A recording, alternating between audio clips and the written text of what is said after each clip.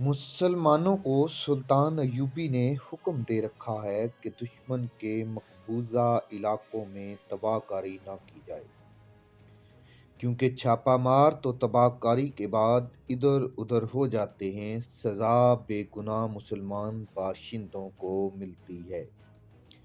Genghis ने कहा, सलीबी इनके घरों में घुसकर इनकी मस्तूरात को भी परेशान करते हैं, इसलिए हमने छापामारों को वापस भेज दिया था। यहाँ जासूस हैं, वो तखरीबकारी भी कर सकते हैं।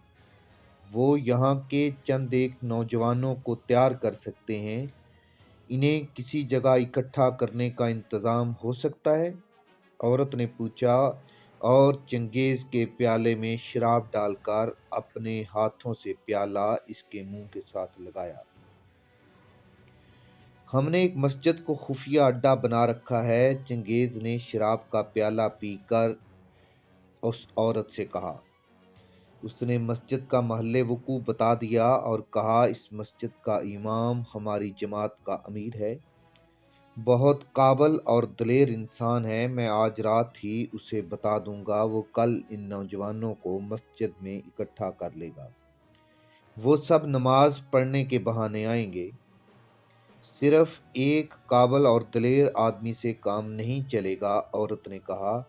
इमाम के साथ तुम होगे और 3-4 और ज़हीन आदमियों का होना ज़रूरी है, ताकि इस तबाहकारी का मंसूबा दानिशमंदी से बने।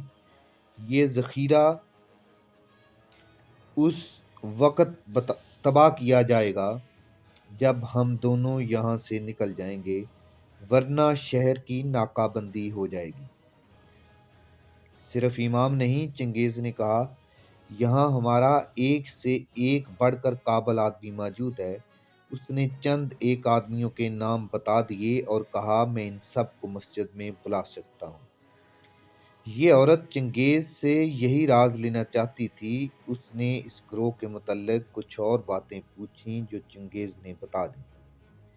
इस महल में मैं अकेला नहीं, मेरे साथ विक्टर नाम का जो आदमी है वो भी हमारे ग्रोह में है। विक्टर भी? औरत ने चौंक कर कहा। हाँ, चंगेज़ ने कहा। क्या तुम हमारी उस्तादी की तारीफ नहीं करोगे? हमने एक ईसाई को भी अपना जासूस बना रखा है। औरत कुछ देर खामोश रही, फिर बोली, कल दिन को मैं तुम्हारे कमरे में आऊंगी, मुझे वहां आने से कोई नहीं रोक सकता। औरत जाने के लिए उठी। दरख्त की ओट में छुपे हुए आदमी ने हरकत की। उसने बैठे बैठे कमरबंद से खंजर निकाला और 8-10 कदम का फासला 2 छलांगों में तय करके औरत को पीछे से एक बाजू से जकड़ लिया। उसका खंजर वाला हाथ ऊपर उठा, तेजी से नीचे आया और खंजर औरत के सीने में उतर गया। औरत की हल्की सी चीख सुनाई दी और ये आवाज, मेरे सीने में खंजर उतर गया है। चंगेज ने खंजर निकाला और उस आदमी को ललकार कर उस पर हमला किया। उस आदमी ने घूम कर औरत को आगे कर दिया और कहा, मैं विक्टर हूँ चंगेज, इस बदबख्त को जिंदा नहीं रहना चाहिए। औरत सिसक रही थी। विक्टर ने उसे पीछे से एक बाजू में दबोच रखा था। तुम जलील साई, चंगेज शराब में था और नशे में कह रहा था। तुम तो सांप के बच्चे निकले। वो घूम कर इस पर हमला करने लगा।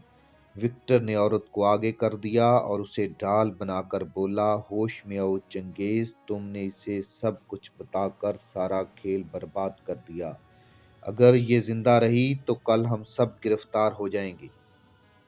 चंगेज बिफरे हुए चीते की तरह उसके इर्द गिर्द घूम और फनकार रहा था। लड़की अभी होश में थी। कराहते हुए बोली, चंगेज, मेरे खून का इंतकाम तुम्हारे सर है। ईसाई हमारे दोस्त नहीं हो सकते। मैं अब जिंदा नहीं रहूंगी। ये हमारा नहीं, सलीबियों का जासूस है। चंगेज ने जिस्त लगाकर विक्टर पर हमला किया। विक्टर ने बार बार उसे कहा, वो धोखे में आ गया है। ये उस औरत को कत्ल करके लाश दूर फेंक आएंगे। मगर चंगेज अब जासूस नहीं, वो मर्द बन चुका था जिसकी महबूबा को एक और मर्द ने पकड़ रखा था और उसके सीने में खंजर उतरा हुआ था। उसने सामने से औरत को इतनी जोर से دھکا دیا کہ وکٹر پیچھے کو گرا اور عورت اس کے اوپر گری۔ چنگیز نے وکٹر پر خنجر کا وار کیا۔ وہ ہوشیار اور پھرتیلا تھا، ایک طرف ہو گیا اور اٹھا۔ چنگیز نے اس پر ایک اور وار کیا، خنجر اس کے کندھے میں لگا۔ وکٹر نے سنبھل کر جوابی حملہ کیا۔ چنگیز کا بھی زندہ رہنا خطرناک تھا۔ وکٹر کا خنجر چنگیز کے پیٹ میں لگا۔ چنگیز نے خنجر کھا کر وار کیا جو وکٹر کے بازو کو چیر گیا۔ اس نے چنگیز کے سینے میں خنجر مارا۔ چنگیز شراب کے نشے میں پاؤں پر کھڑا رہنے کے قابل نہیں تھا۔ وکٹر نے ایک اور وار اس کے سینے پر ہی کیا اور چنگیز گر پڑا۔ اس نے عورت کے دل پر ہاتھ رکھا، دل خاموش تھا، وہ مر چکی تھی۔ چنگیز بھی آخری سانس لے رہا تھا، وہ ہوش میں نہیں تھا۔ وکٹر کے کندھے اور بازو سے خون بہہ رہا تھا۔ اس نے عورت کے کپڑے پھاڑے اور بازو پر باندھ لیے۔ کندھے کے زخم میں کپڑا ٹھونس دیا تاکہ خون بند ہو جائے۔ وہ چل پڑا۔ اس نے رفتار تیز کر لی۔ زخم پر کپڑا باندھ لینے کے باوجود خون نہ رکا۔ اس نے پرواہ نہ کی اور چلتا گیا۔ وہ ایک گلی